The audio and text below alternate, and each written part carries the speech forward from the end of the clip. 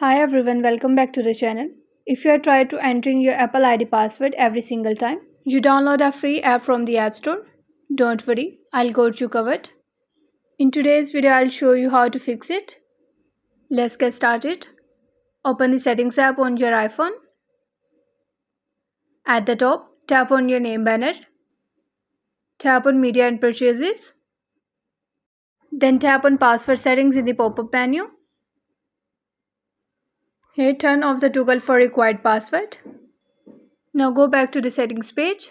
Then scroll down and tap on Face ID and passcode. Then enter your iPhone's passcode. Here turn off the toggle for iTunes and App Store. Now again go back to the settings page and tap on Screen Time.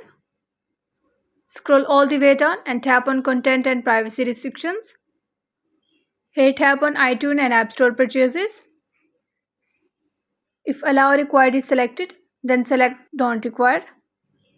Now you can install free apps without entering your Apple ID password every time. If you found this video helpful, don't forget to like, share and subscribe to the channel for more quick tutorial and iPhone tips.